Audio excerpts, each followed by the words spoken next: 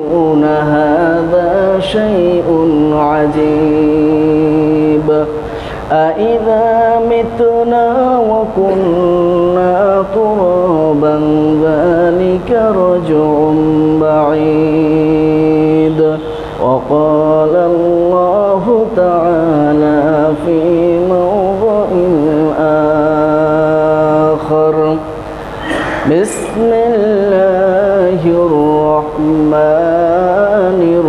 الرحيم إن الذين آمنوا وعملوا الصالحات كانت لهم جنات الفردوس نزلا إلى آخر آية. وعن أبي هريرة رضي الله تعالى عنه قال قال رسول الله صلى الله عليه وسلم كل أمتي يدخلون الجنة إلا من أبى قيل ومن أبى يا رسول الله صلى الله عليه وسلم من أطاعني دخل الجنة ومن عصاني فقد أبى رواه البخاري بسند صحيح.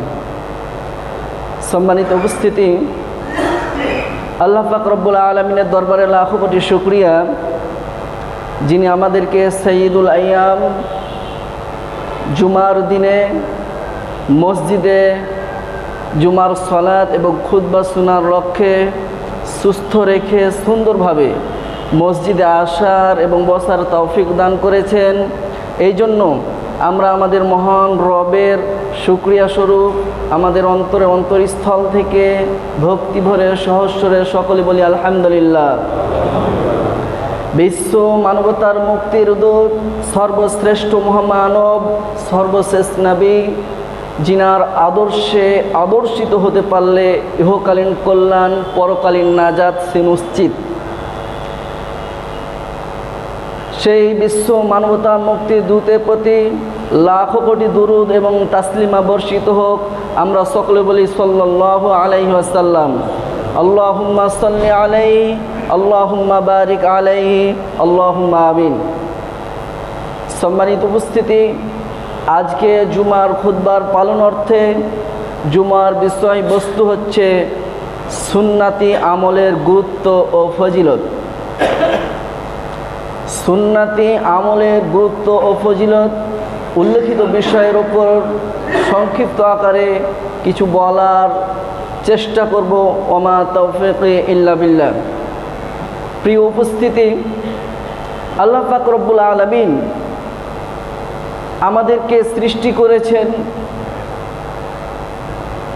শুধুমাত্র তার ইবাদত বন্দী করার জন্য।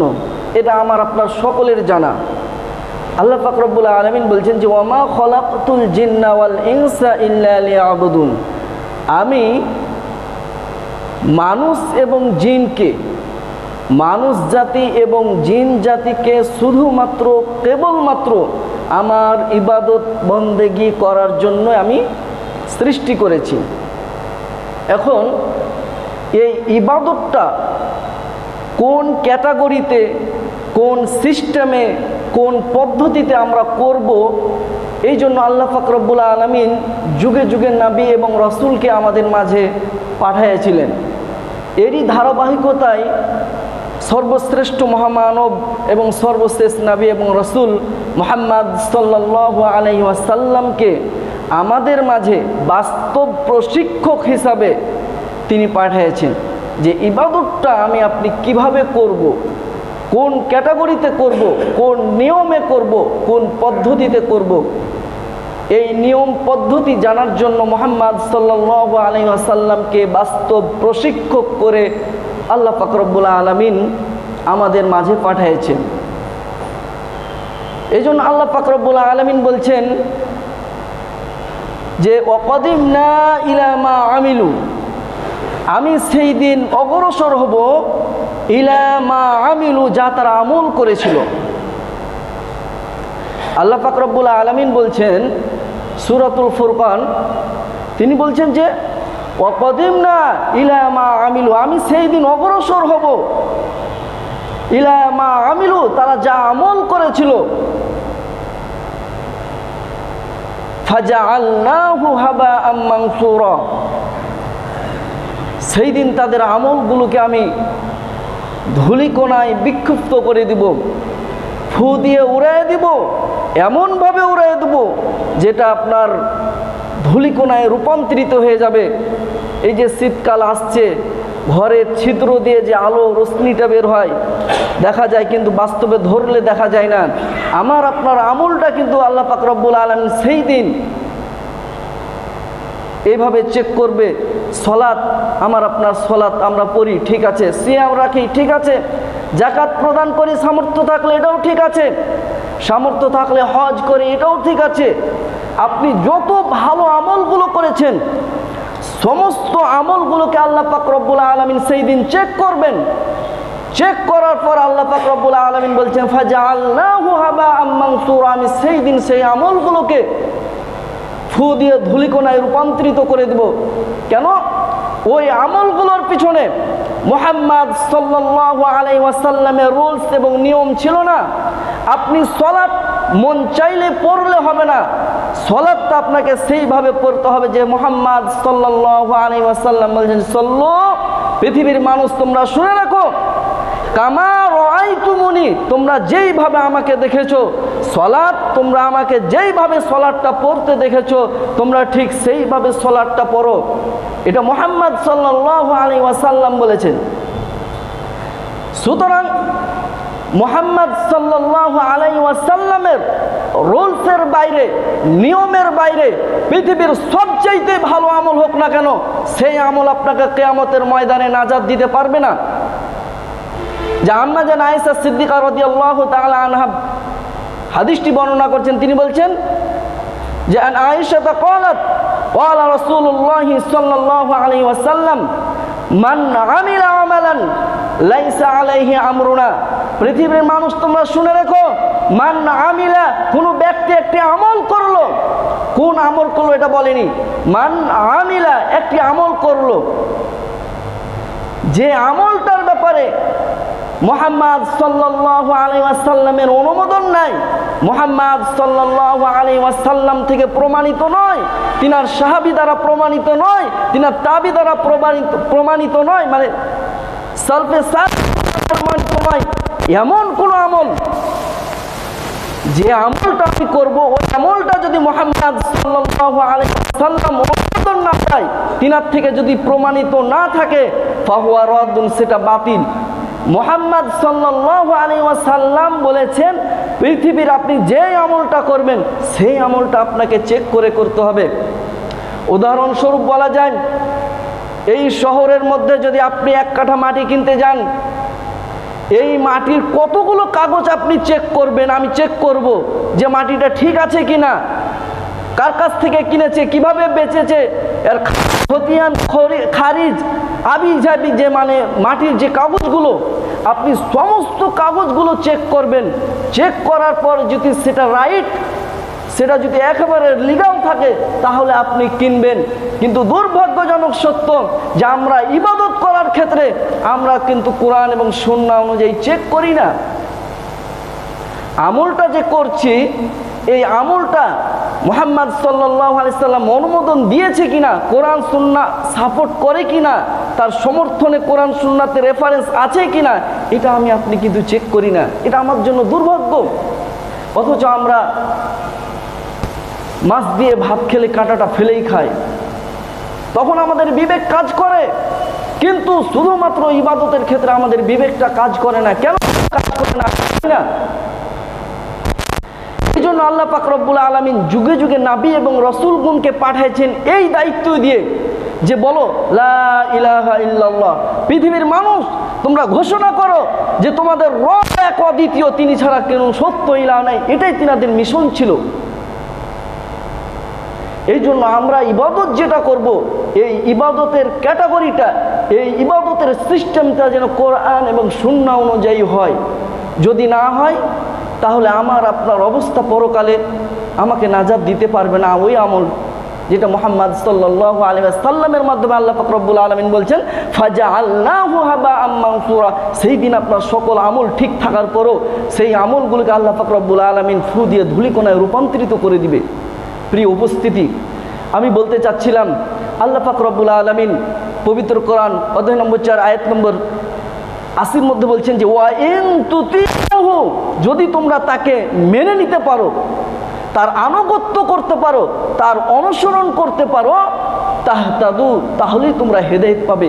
পৃথিবীর কোনো মানুষের আনুগত্য নয়, পৃথিবীর কোনো মানুষের আদর্শে আপনি আদর্শিত হতে, এটা কথা আল্লাহ পাক রব্বুল আলামিন আমার আপনার রব এই কথা নির্দেশ দেয় নাই, কিন্তু তিনি বলেছেন যে ওয়া ইন তুতিউহু, যদি তোমরা তাকে মেনে নিতে পারো মনে প্রাণে, যদি তোমরা তাকে আইডল হিসাবে ফলো করতে পারো, তাহতাদু, তাহলেই তোমরা হেদায়েত পাবে। তাহলে প্রত্যেকটা বিষয়ে আমাকে আপনাকে পুঙ্খানুপুঙ্খানুভাবে মুহাম্মদ সাল্লাল্লাহু আলাইহি ওয়াসাল্লামকে ফলো করতে হবে। আল্লাহ পাক রব্বুল আলামিন পবিত্র কোরআনের সূরা আল ইমরান অধ্যায় নম্বর 3 আয়াত নম্বর 31 বলছেন, বল হে রাসূল আপনি বলুন, ইন কুনতুম তুহিব্বুনাল্লাহ, যদি তোমরা আল্লাহ পাক রব্বুল আলামিনকে ভালোবাসতে চাও, ভালোবাসা পেতে চাও। আল্লাহ রব্বুল আলামিনকে ভালোবাসার জন্য এমন একটা মানুষ নাই যে চেষ্টা করে না। যাদের সামর্থ্য আছে ইবাদত করার, তারা রাত্রে কিয়ামুল লাইল তাহাজ্জুদ ও সালাত পড়ে। কেন? শুধুমাত্র তার রবকে খুশি করার জন্য। তার একটাই উদ্দেশ্য জান্নাত। আমার রবকে খুশি করে আমি জান্নাত কিভাবে পাবো? আল্লাহ পাক রব্বুল আলামিন বলছেন যে কুল, হে রাসূল আপনি বলুন, ইন কুনতুম তুহিব্বুনাল্লাহ, তোমরা যদি আল্লাহ রব্বুল আলামিনকে ভালোবাসতে চাও, ভালোবাসা নিতে চাও, তোমরা আল্লাহ রব্বুল আলামিনকে যদি রাজি খুশি করতে চাও, ফাত্তাবিউনি, তাহলে তোমরা আমি মুহাম্মদ সাল্লাল্লাহু আলাইহি ওয়াসাল্লামের আনুগত্য করো, আমি মুহাম্মদ সাল্লাল্লাহু আলাইহি ওয়াসাল্লামের অনুসরণ করো। যদি করতে পারো, ইউহিব্বুকুমুল্লাহ, তাহলে তোমরা আল্লাহ পাক রব্বুল আলামিনের সান্নিধ্য, আল্লাহ পাক রব্বুল আলামিনের ভালোবাসা তোমরা পাবে। এক নম্বর কথা, যদি তোমরা মুহাম্মদ সাল্লাল্লাহু আল্লাহ পাক রব্বুল আলামিনকে ভালোবাসতে চাও, মুহাম্মদ সাল্লাল্লাহু আলাইহি ওয়াসাল্লামকে ভালোবাসতে হবে। 2 নম্বর, যদি মুহাম্মদ সাল্লাল্লাহু আলাইহি ওয়াসাল্লামকে ভালোবাসতে পারি, তাহলে আল্লাহ পাক রব্বুল আলামিনের সান্নিধ্য আমরা পাবো।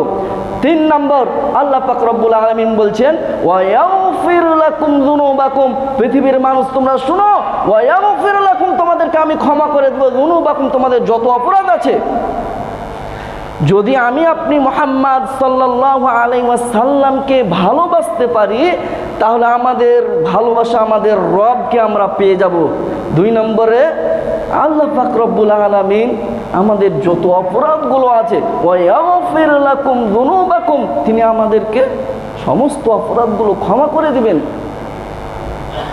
আমরা আমাদের রবের কাছ থেকে ক্ষমা নেওয়ার জন্য ইবাদত বন্দেগী করি, কিন্তু মুহাম্মদ সাল্লাল্লাহু আলাইহি ওয়াসাল্লামকে মাইনাস রেখে, মুহাম্মদ সাল্লাল্লাহু আলাইহি ওয়াসাল্লামকে ফলো না করলে, আপনার জীবনে তার সুন্নাত বাস্তবায়িত না করলে, আপনি যতই চেষ্টা করেন না কেন, মুহাম্মদ সাল্লাল্লাহু আলাইহি ওয়াসাল্লামের ভালোবাসা ছাড়া আপনি আল্লাহ রাব্বুল আলামিনকে কোশ্চিনকালেও রাজি এবং খুশি করতে পারবেন না।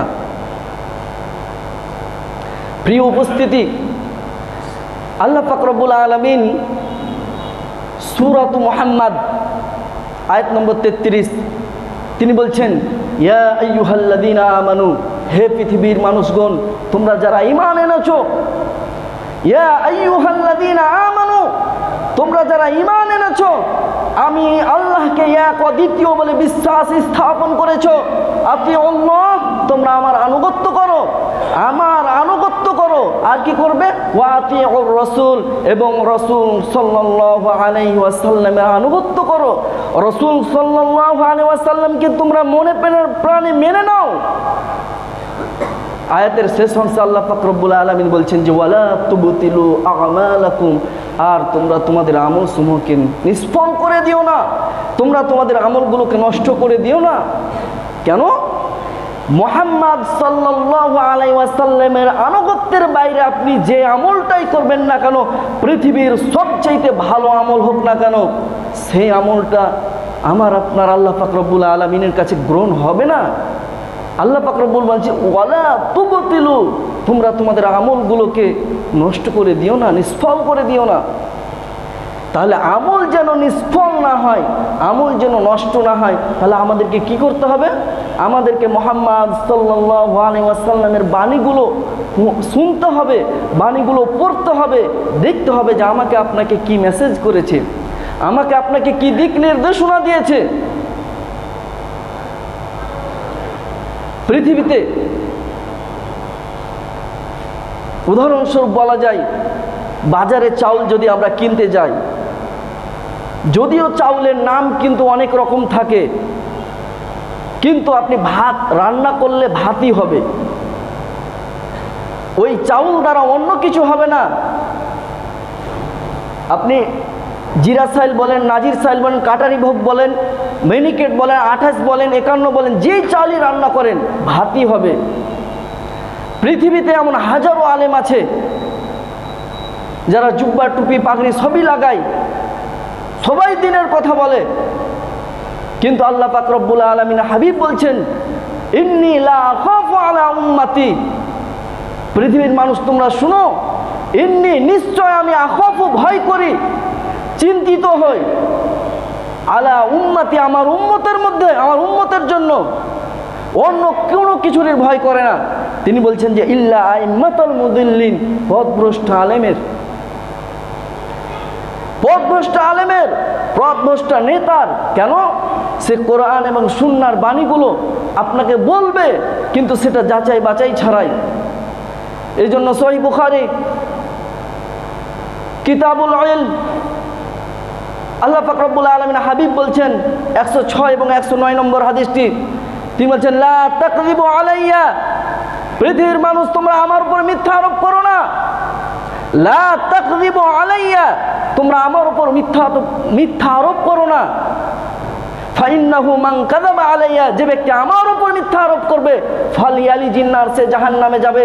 মুহাম্মদ সাল্লাল্লাহু আলাইহি ওয়াসাল্লাম থেকে প্রমাণিত না হওয়ার পরও যদি আমি আপনি দাওয়াত দেওয়ার ক্ষেত্রে ও মানুষকে যদি বলি, পৃথিবীর যতই ভালো আমল হোক না কেন, পৃথিবীর যতই ভালো ইবাদত হোক না কেন, যদি আমি মুহাম্মদ সাল্লাল্লাহু আলাইহি ওয়াসাল্লামের নামে চালিয়ে দিই, তাহলে আল্লাহ পাক রব্বুল আলামিন হাবিব বলছেন যে ফালিয়ালি জিন্নার, সে জাহান্নামে যাবে। দেখবে না আমার টাইটেল কত বড়, দেখবে না আমার পাগড়ি কত বড়, দেখবে না আমার জুব্বা কত বড়, আমি কত বড় হুজুর, এটা আমাকে দেখবে না সেই দিন, যদি আল্লাহ পাক রব্বুল আলামিনের হাবিবের নামে আমি কোনো কথা চালিয়ে দিই।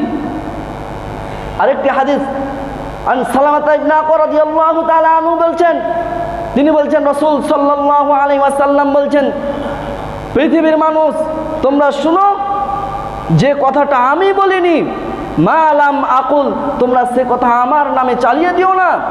তোমরা একটা ইবাদত করছো, যে ইবাদতটার কথা আমি বলিনি, কিন্তু তুমি বলছো যে মুহাম্মদ সাল্লাল্লাহু আলাইহি ওয়াসাল্লাম বলেছেন।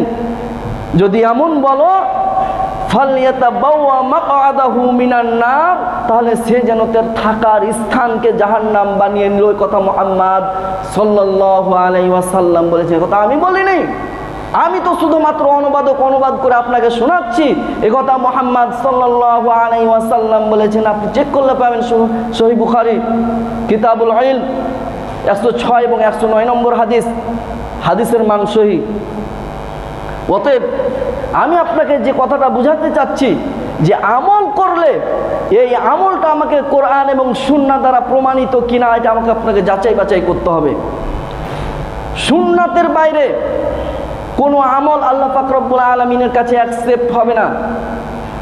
সহিহ বুখারী কিতাবুন নিকাহ হাদিস নাম্বার 5063, রাসূল সাল্লাল্লাহু আলাইহি ওয়াসাল্লামের ইবাদত সম্পর্কে জানার জন্য 3 জন ব্যক্তি রাসূল সাল্লাল্লাহু আলাইহি ওয়াসাল্লামের বাসায় গিয়েছিলেন।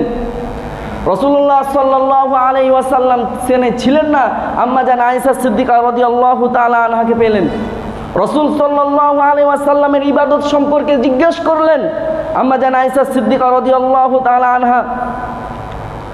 আল্লাহ রাসূল সাল্লাল্লাহু আলাইহি ওয়াসাল্লামের ইবাদত সম্পর্কে বললেন। বলার পরে ওই 3 জন ব্যক্তির কাছে মনে হলো যে আল্লাহ রাসূল সাল্লাল্লাহু আলাইহি ওয়াসাল্লামের আগে এবং পিছনে সমস্ত গুনাহ খাতা মাফ, তার কাছে আমলগুলো তাদের কাছে কেন যেন কম মনে হলো।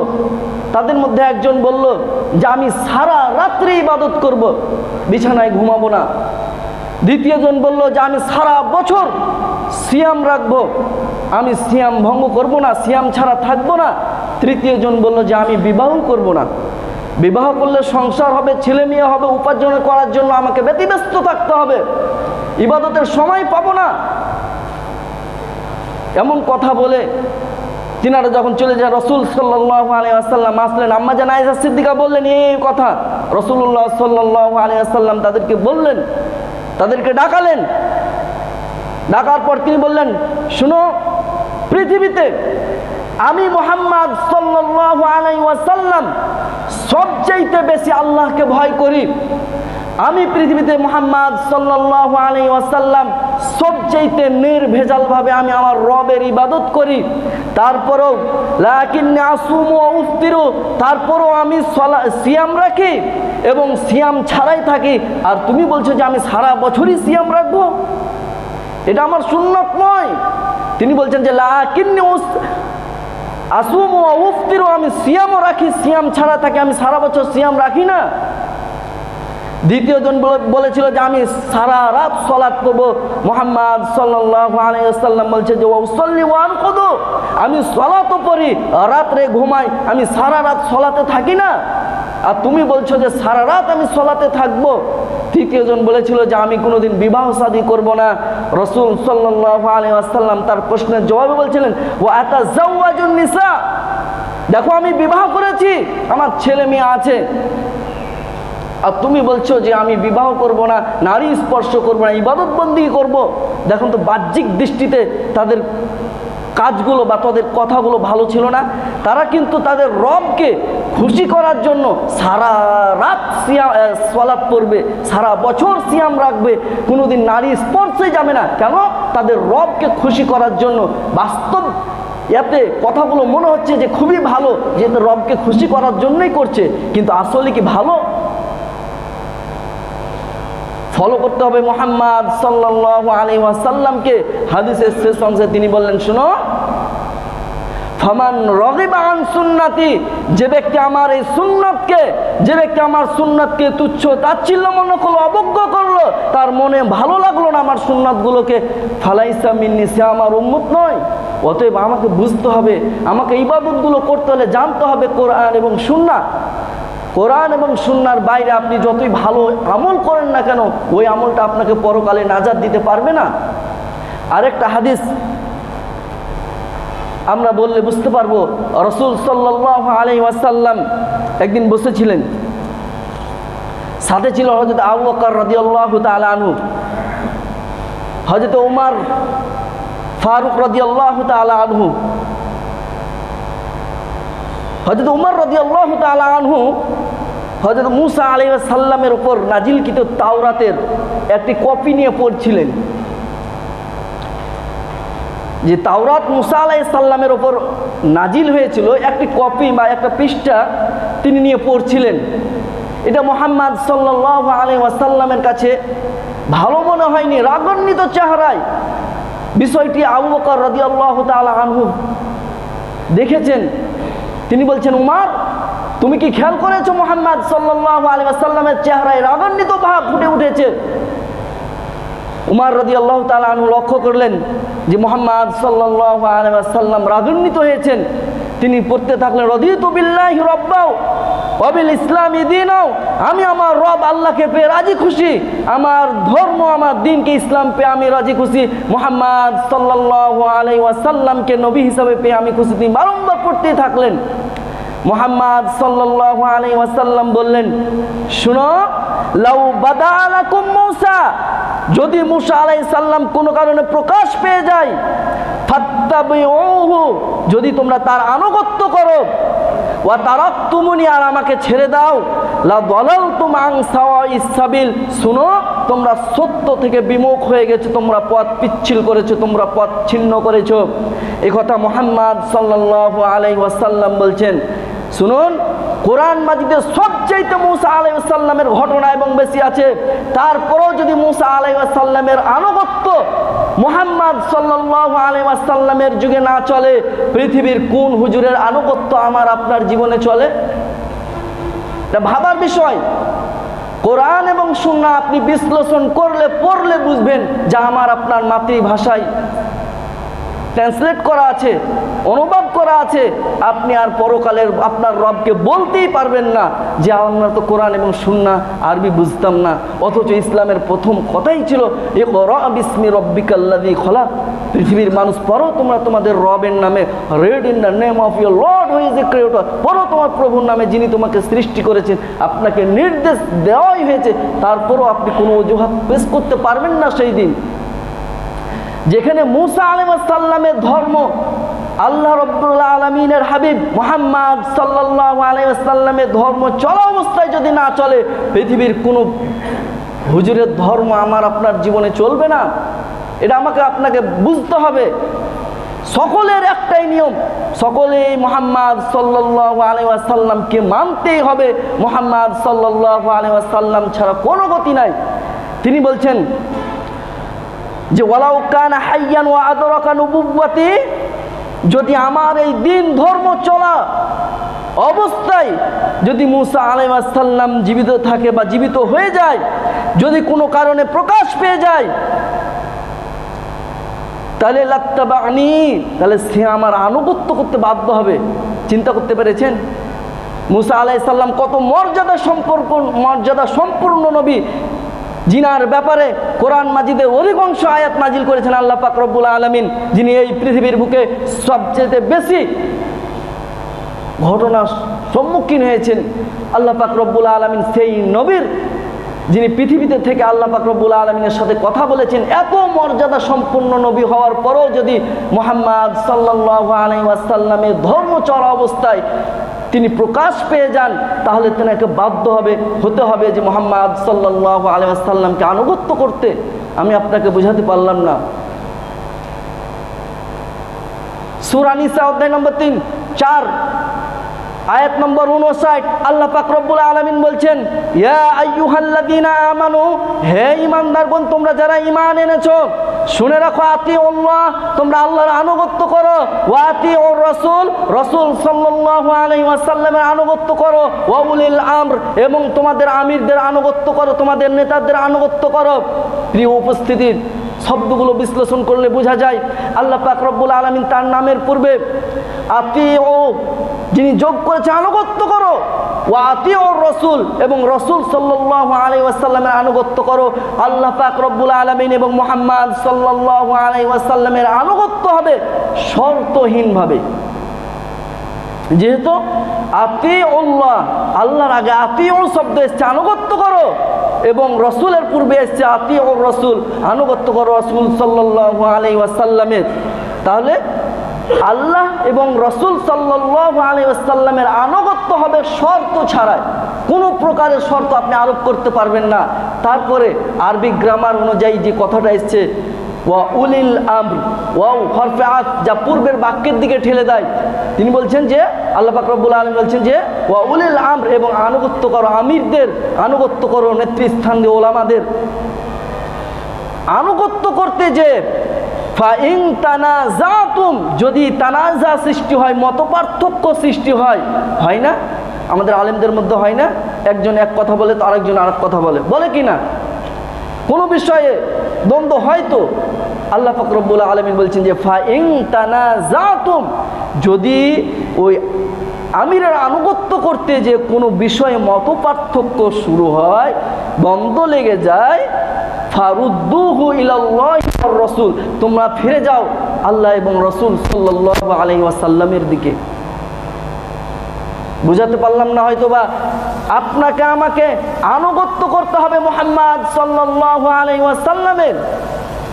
আজকে খুতবার বিষয়বস্তুই হচ্ছে সুন্নাতি আমলের গুরুত্ব। যদি আপনার আমলটা সুন্নাতি আমল হয়, যদি আপনার ইবাদতটা সুন্নাতি ইবাদত হয়, তাহলে আপনি নেকি পেয়ে যাবেন 100% শিওর। যেহেতু কোনো পার্থক্য নাই, কোনো মতভেদ নাই সুন্নাতের বিষয়ে, কিন্তু অনেক আদার্স বিষয়গুলোতে আমাদের মতো পার্থক্য থাকে। এই জন্য আল্লাহ পাক রব্বুল আলামিন বলছেন যে তোমরা কোনো ঝামেলা যদি সৃষ্টি হয়, ফারুদ্দুহু ইলাল্লাহি ওয়ার রাসূল, তোমরা ফিরে যাও আল্লাহ এবং রাসূলের দিকে। যালিকা খায়রুন ওয়া আহসানু তা'ওয়িলা। আর এটাই হচ্ছে সর্বোত্তম পথ, সবচেয়ে নিরাপদ পথ, সবচেয়ে সঠিক সিদ্ধান্ত যে তোমরা ফিরে গেছো মুহাম্মদ সাল্লাল্লাহু আলাইহি ওয়াসাল্লামের দিকে, তোমাদের রবের দিকে। প্রিয় উপস্থিতি, আমি বুঝাতে চাচ্ছিলাম যে আমাদের ইবাদতগুলো কোরআন এবং সুন্নাহ অনুযায়ী হবে। আমাদের প্রত্যেকটা ইবাদত, যে হাদিসটি রাসূল সাল্লাল্লাহু আলাইহি ওয়াসাল্লাম বলেছেন, সহিহ বুখারী 7280 নম্বর হাদিস, হযরত আবু হুরায়রা রাদিয়াল্লাহু তাআলা আনহু বর্ণনা করছেন, সবচেয়ে জালিলুল কদর সাহাবী, হাদিস অনেক হাদিস বর্ণনা করেছেন, সবচেয়ে বেশি হাদিস বর্ণনাকারী সাহাবী। তিনি বলছেন, কুল্লু উম্মতি ইয়াদখুলুনাল জান্নাহ, আমার প্রত্যেক উম্মত, মুহাম্মদ সাল্লাল্লাহু আলাইহি সাল্লাম যে আমার প্রত্যেক উম্মত জান্নাতে যাবে।